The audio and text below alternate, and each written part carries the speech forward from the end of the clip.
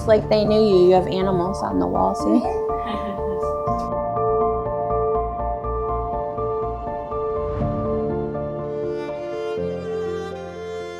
My name is Alex Schiavone. I'm the Executive Director of Friends Center for Children. Friends Center was born out of asking the community what they needed, and what they said they needed was childcare. So we have evolved rapidly and drastically. We now have 2 sites, and we're in the process of opening 2 more. We'll serve about 275 to 300 children when we're done with our expansion. And as we were moving through this work of really focusing on the child, we recognized that children do best when the adults around them are happy and thriving. And so we are equally focused on the family and supporting families and their needs. And it became really clear that we had to spend as much effort in supporting the teachers. And that has really evolved and shifted our work over the last 5 years. So the biggest challenge that educators who have committed themselves to the early care and education industry face is really the dismissal of their being. We as a society place them hierarchically at the lowest end of the spectrum. We pay them poverty level wages. The average salary in Connecticut is $29,500 for full-time work. And what they're doing is the most important work, arguably the most important work. They are brain builders. They're really taking human development and humans and really helping them become who they are. So it's really distressing that we have these women who are caring for the youngest version of ourselves, and we're dismissive of them. We're not valued enough. And I think being a preschool teacher is a very important role. I think it stems from us for the future of these children. My favorite part about being a teacher is bonding with the children and getting those aha moments when they learn something different. And they just bring me joy. I think teachers have so many roles in society, and where we're mentors, learners, supporters, role models, we're educators, we're so many things in society that it benefits children in so many different ways. It is a struggle. It is a struggle, and what ends up happening is that teachers end up leaving their career just because teachers are not getting paid what they should be getting paid. We know that there is a huge economic impact that early care and education has on our society. So in Connecticut, we lose $1.2 billion a year because we don't have an adequate 0 to 3 system. Our country loses $122 billion per year for not having that system. So we know that it has an economic impact. We know that in order for parents to work and be contributing members of the society in terms of the economy and in order to support themselves and their family, they have to work. And for them to work, they need their children to go somewhere, and they need their children to be in a space that is safe and joyous and loving and going to bring that child to its highest potential. We know all this, and yet we refuse to invest and make decisions where to put money into a system that is so desperately in need. So you have to examine that and say, why? We know better, we should be doing better. In order to raise salaries, you have to figure out where the money's going to come from. And so we spent about 8 months working through that and saying, okay, we need this amount of income, here are the ways we can get it. And the only ways that we could come up with to get it was, one, to get the state or federal government to invest, right? To really increase the subsidies and create an opportunity for subsidies that really match the cost of care. Or we charge families more. And it became clear that we could not charge families more. And so rent was the #1 expense, followed by food, followed by utilities, followed by transportation. So we decided to tackle them in that order. So once we decided we were going to tackle rent, then it became, how do we do that? I'm Greg Melville. My wife, Susan Fox, and I are longtime supporters of Friends Center for Children. My wife and I found this when we were looking for housing for teachers in this area.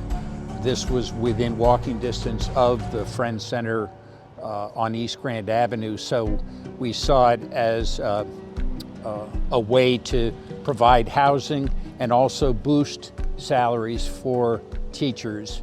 When I first heard about the housing program, I was honestly in disbelief.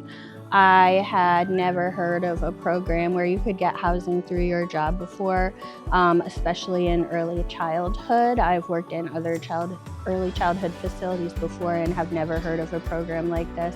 So my first initial reaction was shock, like, is this really real? How is this happening? And then I had some more questions about how exactly they were able to do this, what the program would entail, but when the initial shock wore off, it was kind of a thought of how amazing that they were going to do this, because it could really change people's lives for the better. Growing up in like a tough neighborhood, like going to school was like always like a way out of like bettering myself and bettering my living situation. And so Friends Center for Children providing this opportunity is really good, because I get a change of environment, and having that peace of mind is really helps me to focus and really come to work with a positive attitude. It is having an impact immediately. You can see the benefit really meet the needs of teachers in a real way. So it's not just about the concept of it and what the long term can be, but we're seeing it in real time. How educators can now have that burden off of their backs about safe housing, affordable housing, and really focus on the work and be present. So for us as an organization, it's a one-time cost versus an annualized cost of having to raise salaries. And for the educator, it raises salaries overnight. So in our first year, we had 4 moms and 6 children living in housing. Overnight, families had the opportunity to be in a safe, secure, free housing situation. So as we were thinking about expanding the teacher housing program, we really wanted to find any way to do that. And so one obvious way is just to purchase new homes. Another way that became clear to us in having conversations with the community was the Yale School of Architecture Jim Block Building Program. The Jim Block Building Program partners with community organizations such as Friends Center to build housing. What's really special about this program is that the first year students engage with the client, in this case us, Friends Center, to talk to them about what they need in a house, and then they design houses that really you get to then choose out of 12 different designs. The process allows students to understand the value of architecture as a service, and that the most important thing architects do actually is listen to a client and their needs. And so to work with the Friends Center, to work with the teachers of the Friends Center and know that we're building dignified housing for those who are so deserving of it is really meaningful to the students. So we know that it's a community, and we know that it's a community that it'll consistently be, 2 families of the teachers living in this home. And so knowing that going forward, it's very much we get to decide how the house is built and how can we best optimize that for the teachers themselves, and how can we make this a home, not just a house that they live in. It's really a profound opportunity and experience.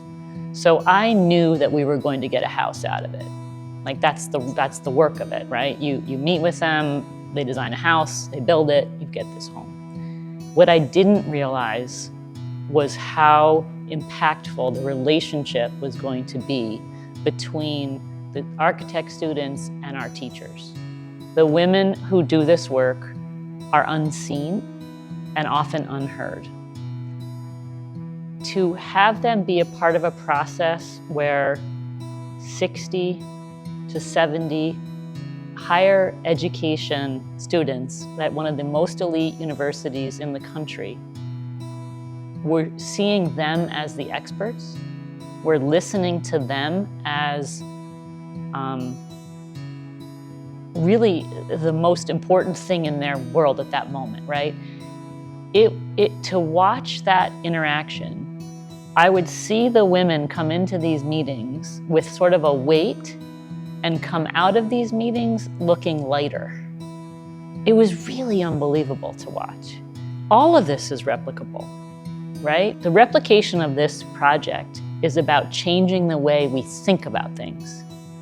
There is always a pathway forward to do this kind of work.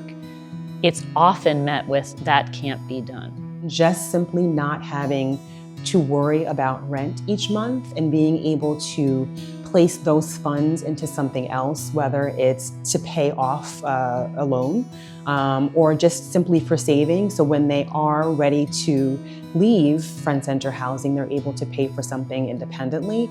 I mean, that's the work. That's what we're really trying to do, is provide opportunity and provide relief. I meet with all the tenants regularly to just make sure they have what they need, things are going smoothly. Housing is really meant to build themselves wealth and generational wealth, right? Like eventually we want them to have something of substance so they can buy their own home. So that's really fascinating, and I'm along sort of on their journey. What I would say to the people that came up with this initiative is job well done. Great way of showing your employees that you value them, even when other people don't see their greatness. Thank you. I think Friends Center is just one of those programs, one of those centers that just really truly helps out the community, and not just with families, but teachers and administrators all alike. I would like to say thank you. You have changed my life. You have changed my son's life. You have changed the trajectory of our family, and all in good ways. I never could have imagined that something like this could have happened to me, but I'm very grateful and very thankful. These women who are in the housing are now getting what they should have been getting from the beginning. The impact is profound. It's the same way as if any of us have enough to meet our basic needs overnight. It's really hard, though, to tangibly put that into language. It's like taking someone from an inhumane situation that they've been forced into because they're willing to commit to other people's children. The real payoff for us, I think, will be when we start seeing society comprehending how early childhood education really ought to be done and how teachers ought to be taken care of. With one legislative move or one mindset shift that thinks about infrastructure in this way, you could transform the entire early care and education industry. So this project is really a breakthrough. It is literally and figuratively groundbreaking for our nation. I think there's two things I would hope for from learning about our program. One is that it's replicated, and however that happens is great. Because whether it's a private sector, whether it's another state, whether it's I've met with other countries, whichever it is, it's all good because it's raising everyone's status if you're an early care and education teacher. The thing I would say directly is decision makers, right? People who really have the ability to transform this, our industry just by introducing a bill or bringing this to legislation. That would be the most hopeful moment that we could experience. The government and those officials, they really need to see what's going on in the program, right? They need to see what's going on in the classrooms, what our teachers are doing, what are the administrators, what our families are going through. And if they were to really see that, then why not put in the money into programs like these? We're always thinking about, we are Friends Center, but how do we sort of replicate that into other centers, and how do we share sort of the wealth of knowledge that we acquired so that it's not just for us, but it's for everybody. I think the first thing that needs to be acknowledged for people who are choosing to be in this profession, despite the fact that they are being unseen and marginalized and underfunded, is thank you. What I would say to the teachers that's struggling, paying rent and having a hard time, in life in general is keep going. Just remember why you're doing this job. I would say keep pushing.